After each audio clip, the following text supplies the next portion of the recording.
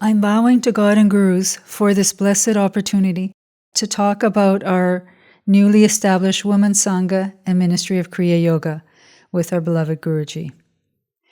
Guruji, the Women's Sangha and Ministry of Kriya Yoga empowers women through the sacred practices of yoga, meditation, and spiritual community. Rooted in the timeless teachings of yoga, we journey together toward inner peace, divine connection, and joyful living. This is our mission for the Sangha and ministry. So Guruji, as we begin this new Women's Sangha and ministry and prepare for the unique opportunity to gather with you October 2026 in retreat, kindly illuminate us, guide us, and open our hearts and minds on the path toward the ultimate goal. In deep gratitude and love, we thank you for this opportunity to ask you these questions and to learn and grow from them. Guruji, what was the inner inspiration or divine guidance that moved Guruji to encourage the creation of a worldwide women's Sangha and ministry within Kriya Yoga? Beautiful is God's creation. God's creation has two components. One is the feminine, one is the masculine aspect. If we look at the history, and especially in human civilization, although in the beginning there was equality, not only equality, even the women were regarded in Vedic culture much more than others. But in centuries past, if we look, the women are neglected in many ways, and there is need for awakening in the women, and whom I tell as mothers. At the same time, there is need for recognition of the power, the abilities, divinity, creativity the mothers have, the women have. This tremendous aspect of creation, feminine aspect, if we really do not find a good way, a loving way to manifest, the creation will not be really as we dream or God's divine creation. So we have to awaken the hidden spiritual power in mothers, in women, with love, joyfulness, kindness, strength, courage, and if it is needed, to stand and fight also. So that is the thought it came to me and my mind while traveling all over the world and looking at the global picture, and in the picture, the scenario of the women, the mothers. Guruji, in recent talks, Guruji called this the century of women and have further said that the mother force has to rise up and roar like a lion. Can Guruji explain what is meant by that and also why now at this point in history? It is not me. Some spiritual Sikh masters in India, they have also told this. You just think, 2 centuries ago, in the society, there was slavery. Slavery is a crime. How human being can treat human being, both male and female, in such inhuman ways. Forget about divinity. But by God's grace, slavery was abolished. So, the next century, if we think the colonial exploitation, and there was end of colonialism and rule of democracy. In most of the countries, except quite a few but powerful, there is democratic rule. There is no dictatorship, authoritarianism in many countries. In spite of abolition of slavery, rule of democracy, end of colonialism, the present century, as I feel, it is the century to awaken the women with a new power. It is not political power. It is a power of divinity, power of spirituality, power of love, power of compassion, power of amity, and power of strength. The women are strength. If we look from the plant kingdom to human, everywhere there is a dynamic role of women in this creation. So, to me, this century is for the women. Already a quarter of the century is gone. But still then I think 75 years ahead, if the women are awakened spiritually, socially, economically, and in every aspect of human life, the world will be really a better world. If the mothers remain silent or passive or not cultivating courage and strength to open up, to speak what they feel, what they understand, what they think, we are really neglecting or even misusing such high potential energy, power. So that is why this century, I believe and I hope, I pray and I think this is the century of awakening of the women, the mothers, to make this world a better spiritual place with love and harmony. How does Guruji envision the women's Sangha and ministry deepening practitioners' understanding and daily practice of Kriya Yoga everywhere? When I speak of awakening of the mothers, I speak completely with a global and cosmic vision. And practicing Kriya Yoga is a small, tiny part of it. Kriya Yoga in particular, yoga in general, spirituality in global way, it is the path of discipline. I will transform my mind. I'll keep my mind and heart clean and pure through practice of meditation like Kriya Yoga, so that I can be a good instrument of God's creation to make this world a better place. Meditation helps to keep mind peaceful, focused, clear and pure. Makes the heart transformed from ego, emotion to devotion and compassion. So meditation helps. So let us practice, enjoy it and manifest that love, compassion through our thought, words and activities. From Guruji's heart to the hearts of all women listening, what blessing, encouragement, or divine reminder would Guruji like to offer as women consider their role in this women's Sangha and ministry and in the world today? To be very honest, when I think of women, it comes to my mother. She was the first one I saw in my eyes opened. And she was the one who took me in her arm and she taught me.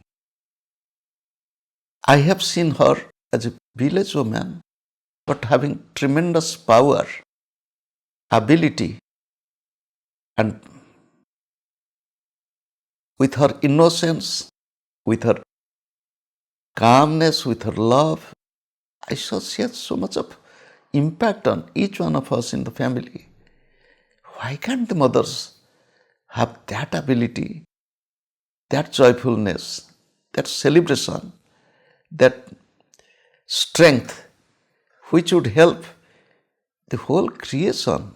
So I will tell, my mother was my inspiration, and her image I saw in my sister, and later on I saw in countless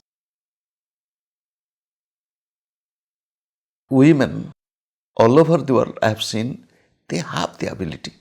So if we are united little, if we work in a coordinated way, we can bring a big change. That is what is my feeling. Let us really understand our own hidden power, our strength, our divine ability, and move forward. The Women's Sangha and Ministry of Kriya Yoga is devoted to the empowerment of women. What does it really mean to be self-empowered as a woman? And how are women to live spiritual, self-empowered lives in a world that often opposes our empowerment and at times our entire existence? Everybody has power. Even a mosquito has power. Mosquito doesn't need to be empowered. Tiger has power. Flower has power. Everything in creation has power. We have power. This power is not authority, not ruling over others, not commanding, but this type of power of authority, command, ruling, it might lead to chaos. It is in mythological, scriptural description, it is called as asuric power. We should arouse in each one of us, no question, male and female, the divine power. This empowerment, as I feel, to understand who we are. I'm now coming to mothers in particular, the women. Who we are, what specialty we have, what role we have in our personal life, in family life, in the society, in the country, in the creation. This hidden power of love, hidden power of creativity, hidden power of spirituality, hidden power to destroy and eliminate the negativity. This is a special power the women have. For example, in the family, the mother has so much impact on children. It shows that the women have special power than men. I'm not telling that everybody should be a mother, but we should develop motherhood. We can really bring this type of power in us and that divine power. If we arouse in ourselves, we are empowered. We get courage, we get strength, we get stability, we get emotional balance, we get devotion, we get real understanding of life.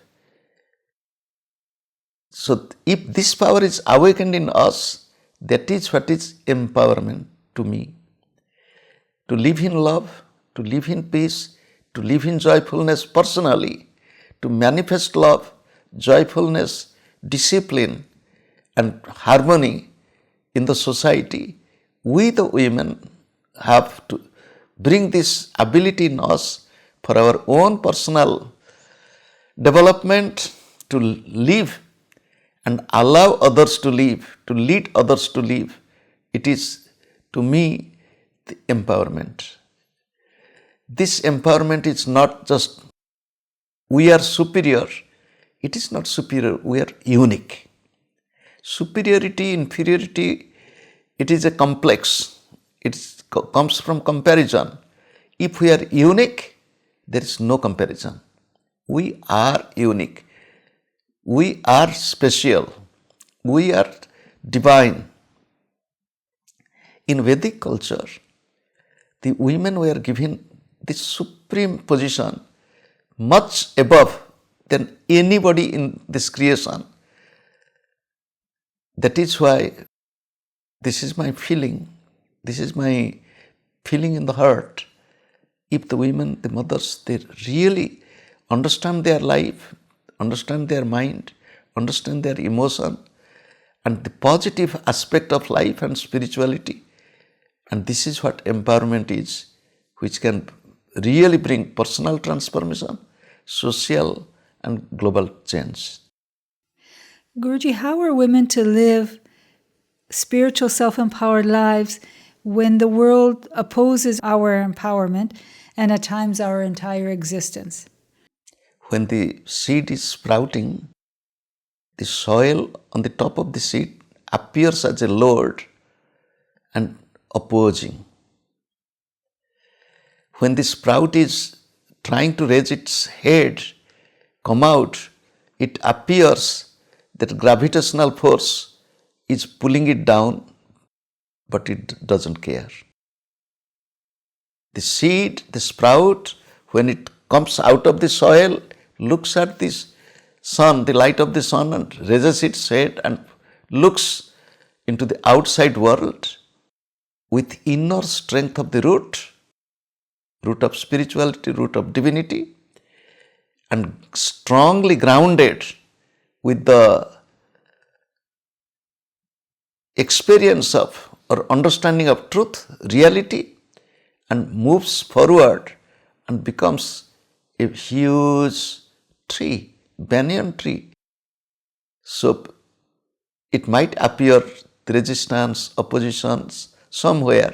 I'm not telling exactly what and what, but if we are grounded, if we are stable, if we are optimistic, if we are practical, if we are loving, if we are joyful, if we ignore, just smile, let it go, I'll move forward. My goal is pure love. My goal is, or our goal is to love and serve, to grow forward together. Nothing can obstruct us.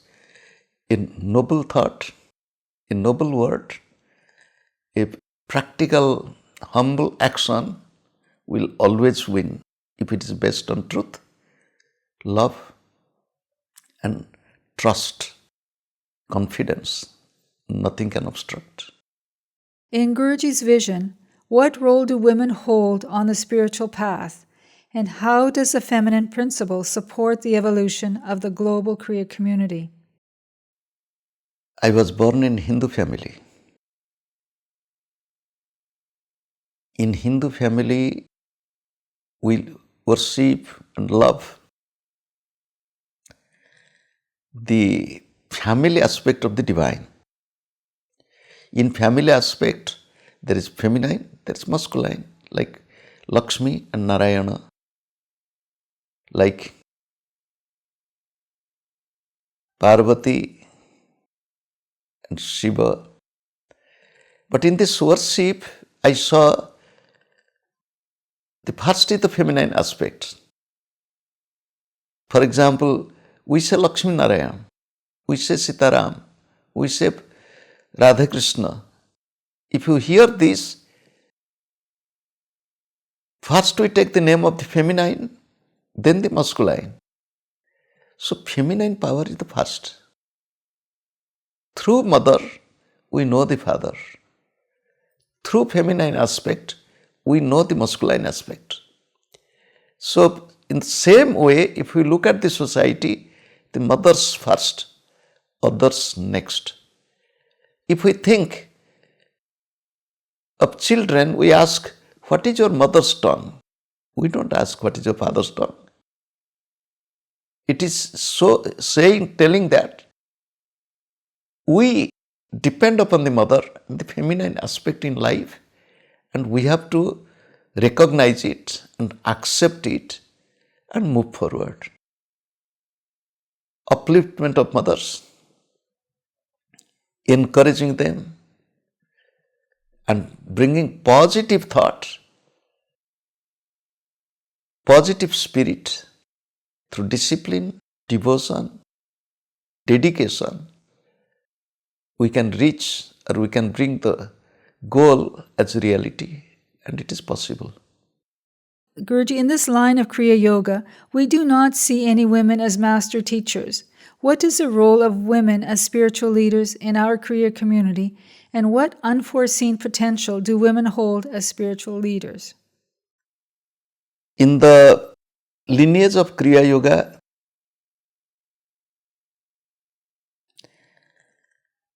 if we read the autobiography of Yogi, the role of Babaji is very vital. And in role of Babaji, his sister, who remained behind and had such strong impact on Babaji Maharaj. And very few know about Mataji. People called her as Mataji, Babaji's sister. Yes, it is the time to bring a change. For example, in Kriya Yoga tradition in general, I am telling, you think Paramahamsa Yoganandaji, when he left his body, although Rajarsi Janakananda, he was his successor. In Indian tradition, we call as Guru. To any Indian, he was the Guru after Yoganandaji. So he left his body soon after Yoganandaji. Then came Daya Mata. Daya Mata, to me or to any Indian, she was the Guru in that lineage. So she led the spiritual community of Paramahamsa Yoganandaji for decades, so many years. And after her, again another mother, I think her name was Mrinalini Mata. So women have ability. We have to meditate, we have to bring real joyfulness, transformation in us with strict discipline and meditation, it will come. We have to, in Kriya Yoga lineage of ours, Gurudev has empowered so many mothers to come forward and initiate. I'll just take the name of one mother. She is Mayama. Oh God, I have not seen Anandamima. To me, she was exactly like that. Mayama. So loving, so caring, so spiritual, so humble, unbelievable. If she would have been now, I could have told that she is our Guru. Women have power, but we have to develop this power in us. So please meditate. When Guruji looks toward the years ahead, what is Guruji's vision for women within Kriya Yoga around the world? I am practical. I am optimistic. I am always hopeful. I am a dreamer also. I dream a lot. So I have really optimistic or hopeful feeling in me. The world is changing, although it is looking as chaotic. Although the women are not so, awake until now, I believe, I hope, I pray, the women will come forward and they will really bring a bigger change in the society, not only in Kriya community, in the world, everywhere. And the time is coming, as I told in the beginning, this century is the century for women. So also in Kriya Yoga, so also in the society, everywhere, with a positive spirit. What will the world look like when women are awakened and empowered? World will be, to me, a place of peace, love, joyfulness, harmony, not chaotic. The women have the ability to shape, to create. And if that creativity will go in a positive way, it will be beautiful creation. There will be more peace, more joyfulness. It is. The theme of Women's Retreat in October, Awake, Unite, Inspire, is so powerful. What do these words mean to Guruji? And how might they guide the transformation of every woman who attends? Awake, unite, and inspire. This empowerment is awakening first. We are not weak. We are not timid. We are not coward. We are not emotional. We are not to be exploited. We are not to be manipulated. We are divine. We are strong. We are the image of Mother Durga, Mother Saraswati, Mother Mary, or even Yasodhara, the wife of Buddha. So we are that power. So we have to awaken within, awakening my spiritual power, dormant or potential energy in me in a positive way. I am a woman. I am not weak. So when I am awakened within, I am not alone. We are, from I to we. So when we, the women, even 2 or 3 or 4, are united together in the same spirit, we become a force, not only power. We are a powerful, dynamic force. We are united. And awake, when we get up from sleep, we awake, we sit on the bed. When we are united, we stand up. When we stand up, there is a saying, when people sit, they discuss. When they stand up, they fight. So we are not going to fight among ourselves because we are united. We are united spirit to move forward, to awaken others. We have the ability to awaken not only with the women, but also we can awaken the society. So the next step is to inspire. Awake, I am awakened. We are awakened. United, we are now united force to move. Move where? To inspire.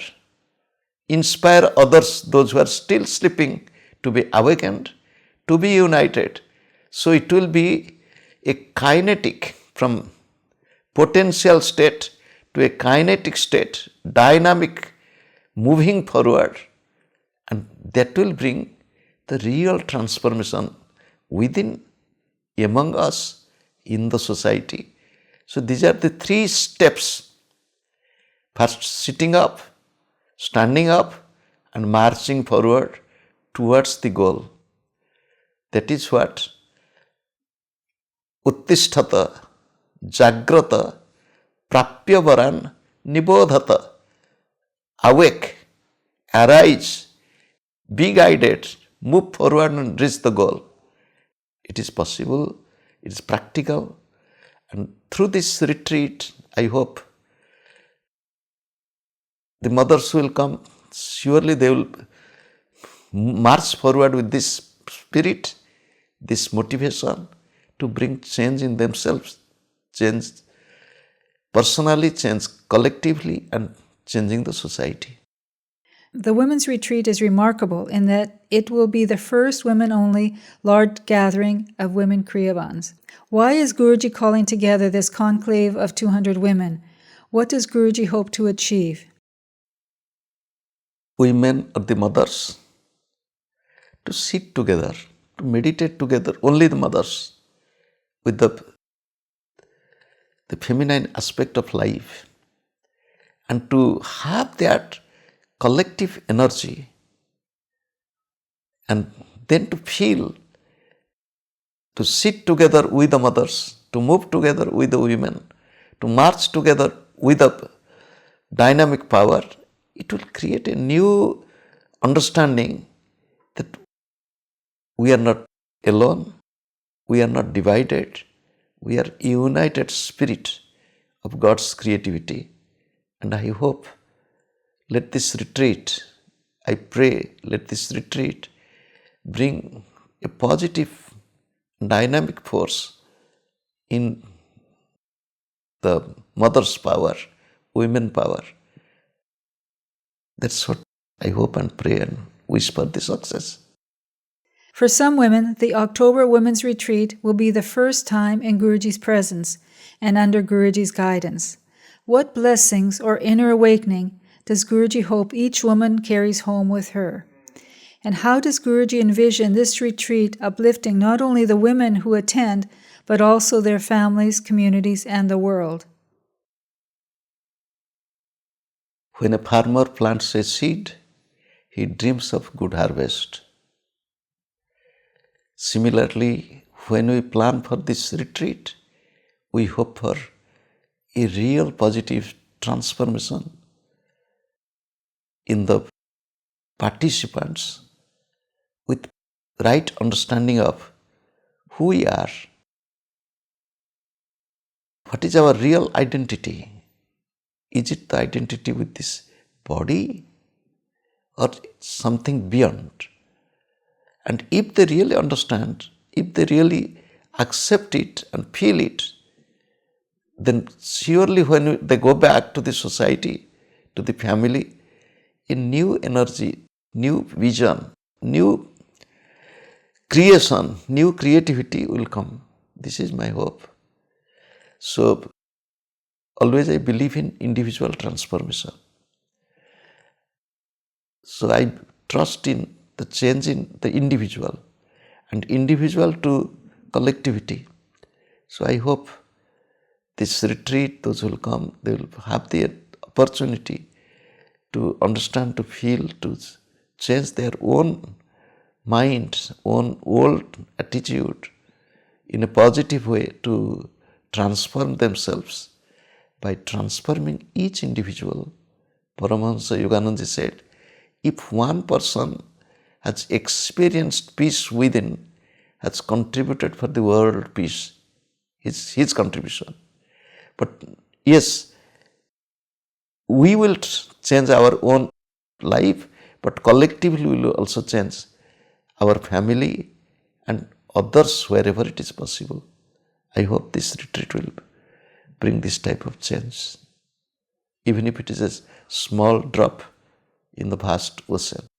For women listening who may feel hesitant or unsure about attending the October retreat, what would Guruji say to them? What Guruji will tell? I'll tell, when you go to the market, I'll buy it or not. Guruji is not going to tell the marketing, but it is an opportunity. Take it. We don't know tomorrow. Why to miss? We the mothers, we the women, to come forward, to sit together, to meditate together, and with a joyful spirit, and to have that spirit that we are united. So, take a positive decision. My love to you. Guruji, what is the movement in evolution that is happening in this century? How does that relate to women and the masculine and feminine energies in humanity? If you think or look, as I feel, 100 years ago, 150 years ago, people did not know what yoga meditation is. They didn't know, I'm telling outside world, outside of India. They didn't know how to sit with crossed legs, sitting on the floor and meditating. That is why when Yoganandaji came, he told people to sit on the chair and meditate. But those who are sincere, they sat on the floor and meditated. You can see the picture of Rajarsi Janakananda, Dayamata sitting on the floor and meditating. If we look through this passage of time, yoga, meditation, vegetarianism, Indian spirituality. Why Indian spirituality? Human spirituality. It has evolved so much. In the whole world, I travel and go to many different countries. I see this. And then I see one beautiful thing. In most of the programs nowadays, the mothers are more in attendance than others. It is another interesting thing. It shows that mothers have eagerness to learn to transform. It shows to me, even in India, if there is a spiritual gathering, I see more mothers, more girls. So they want, because they have felt the pain in this creation. Surely they might not express, there must be inner feeling, we want to change. If I change, I can change others. So that is what I feel. This, if the mothers will be really coming forward in a practical, united way, they can bring a lot of change in the world. Guruji, we recently surveyed women Kriyavans about which topics they want to explore further at the retreat and within the Women's Sangha and ministry. This topic, turning emotions into devotion, was at the top of that list. Do emotions have a purpose, and if so, what is it? Do you know, many times we have discussed head, heart and hand. Head is the place of rationality. Heart is the place of emotion. And hand is the place of activity, creativity, holding, leading. In the creation, all have emotion, all have heart. In case of women, the mothers, ordinarily the heart is more predominant. They don't think. When one becomes emotional, doesn't use the head, doesn't think so much. That is why, if we look, if anybody commits mistake, later on repents, it is not the rational step, but emotional and, how to say,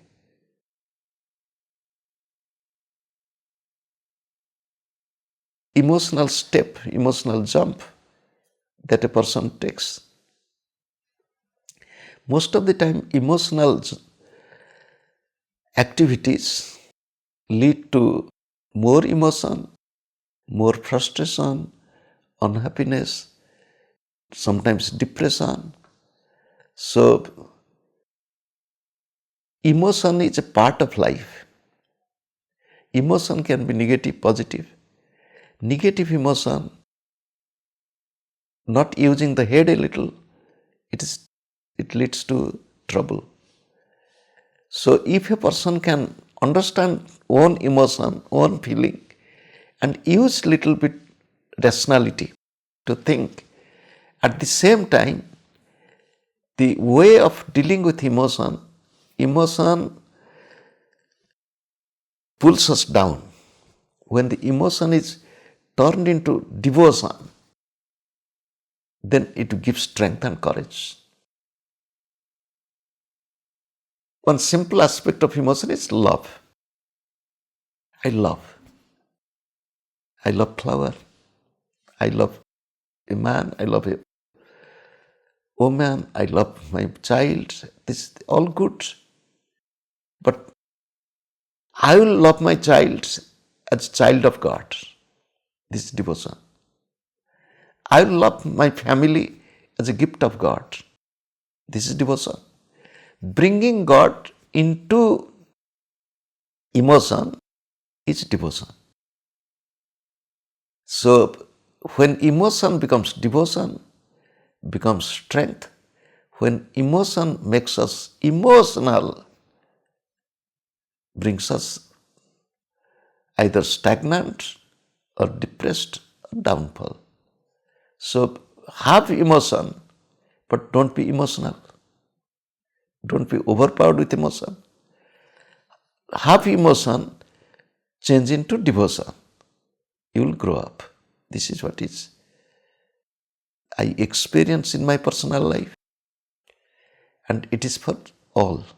Is there something unique about how women experience emotion, and can that help support us on the spiritual path? Emotion is needed in life. Emotion, when it is positive, it's love. When emotion becomes negative, it's anger, hate. So we want to love. If we understand hatred, dislike, anger, it spoils my life, my peace, my joyfulness. So I'll be careful. So love is needed, emotion is needed in life. Emotion is the sweetness in life. It is needed, but not to be negatively emotional. It disturbs, destroys.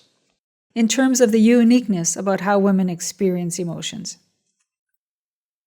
In most of the mothers, what I have experienced through my journey in life, are more overpowered with emotion, but not in a positive way, more in a destructive way, negative way. So if this emotion is little bit ignited with positive spirit, women are basically emotional. They give more importance to their own heart, feeling, more sensitive. And this emotion sometimes make them weak. When they become weak and emotional people are easily exploited and manipulated. So to make the women having emotion but transform it into love, courage, strength, that emotion is also a power. So we have to deal it in a very careful and positive way, and this emotion can be used in an emotional way. One can really sing, write. This emotional creativity is beautiful. So the mothers need little bit careful attention in their life. Women experience powerful emotions and intense inner states, much like the weather, with turbulence, unpredictable storms, and shifting atmospheres. Why is this? And what is the spiritual significance of such intensity? How can strong emotions be transformed from obstacles into deeper devotion? Suppressed emotion bursts, explodes with stormy emotional outburst, emotional explosion, which is really damaging one's own life, damaging the family or friendship. This emotion, if it is dealt with positive spirit, little bit of use of head, understanding, okay, this is this, I'll move forward. This is needed. When this modern storm, hurricane, cyclone comes with depression. Is there depression in the ocean? It creates a storm. So emotion not handled in a positive way creates depression and then hurricane, cyclone, storm. So emotion dealt with positive way, with right attitude, will create and make one to grow up. Let us deal with our emotion with right understanding and little slowing down and stopping for a moment, reflecting upon and thinking, this is to be done, not that. Meditation helps us become skillful with our emotions. Beyond that, what are ways we can practice turning our emotions into devotion? Chanting, singing, even dancing, storytelling, listening to stories, and going for a collective walk. Even personally you can walk, going for a collective walk. It will bring really peace. Mindfulness, watching the breath. And some people say heartfulness. So be full, not incomplete. So emotion, love, joyfulness, it is needed in life. Apart from meditation, all these can be practiced. Cook, serve, feed like a mother. So emotion in a very positive way. Smile, emotion. Yes, emotion brings tear, but tear for God is fine. Smiling is best way to express our emotion in a joyful way. So practice it. What does Guruji see as the greatest challenges facing women today? What qualities are most needed to overcome these challenges? What are the personal transformations needed? I think it might be a little bit difficult. Jealousy. Jealousy. Comparison. And don't be power hungry. I want power. Because when a person is really starving, give some food, one wants to just grab it and to hold it even if one cannot eat so much. So that is the greediness. Jealousy, power hungriness, greediness, comparison, intolerance. It's human weakness. It is not just women but for mothers we should deal with. Loving each other, holding hand each other, hugging each other, it is needed. What are the personal transformations needed? Bringing God into life. I am the child of God. I am the image of God. In Western or Christian tradition, they respect Mother Mary as Mother of God, Mother of Mercy. So I was thinking, why Mary is called as Mother of God? Because through Jesus, she brought this new transformation.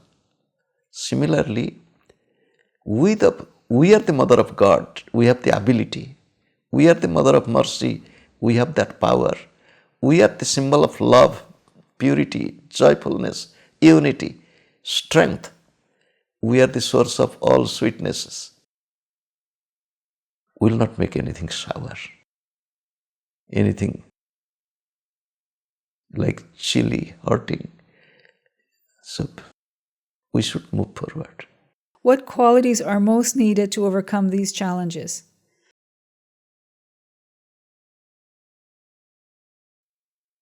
Difficult question.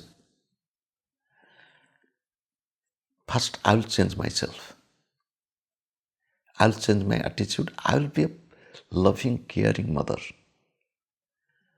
If I am a mother, I have to tolerate other. Mother tolerates the child. I am the mother. I am mother of all. Why can't I be? Just like the mother tolerates the baby's everything. The baby passes stool on the lap of the mother. Mother is not unhappy. The baby is making the mother sleepless at night. Mother is holding the baby, kissing and talking to the baby, caring. If the women develop this motherly attitude, motherly qualities, it doesn't mean that one should be old. A child can have that mother's. You might have seen a child holding a toy, decorating the toy as the baby. She has. And to develop this motherly attitude, caring attitude, compassionate outlook, loving, if we develop this motherly attitude, and other vices will, the mother doesn't have jealousy towards the baby. All are my children. All belong to me. I belong to them. That belongingness. We are one. Okay, my love to all of you. I pray to God as the Divine Mother. I pray to all the aspects of divinity as Mother. I pray to all the mothers in the whole world, in the past, at present, even those who will come in future. I bow to all the mothers as the image of divinity, praying to God, praying to Divine Mother to give the strength in mothers and others to make our personal life, family life, society life, and cosmic life really divine, beautiful. I bow to you all. Thank you all.